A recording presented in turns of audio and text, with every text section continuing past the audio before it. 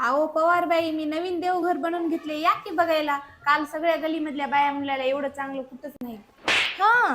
नांदेड मध्ये आमची 10 वर्ष झालं बिल्डिंग आहे, गावाकडं आहे 2-4 प्लॉट राहते इथं, तरी आम्हाला कशाचीच घमंडी नाही. हा ते तर दिसाले. आमचं एवढं जुनं असून बी नवीन दिसते, तुमचं नवं असून बी जुनंच दिसते. घर नवा असो की जुना असो, महानगरपालिकेचा कर भरता की?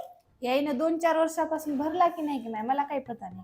महानगरपालिकेचा कर भरा आणि जप्तीची कारवाई टाळा. माय कारवाई होणार आहे? हा, वेळेवर कर न भरल्यास कारवाई होणार आहे.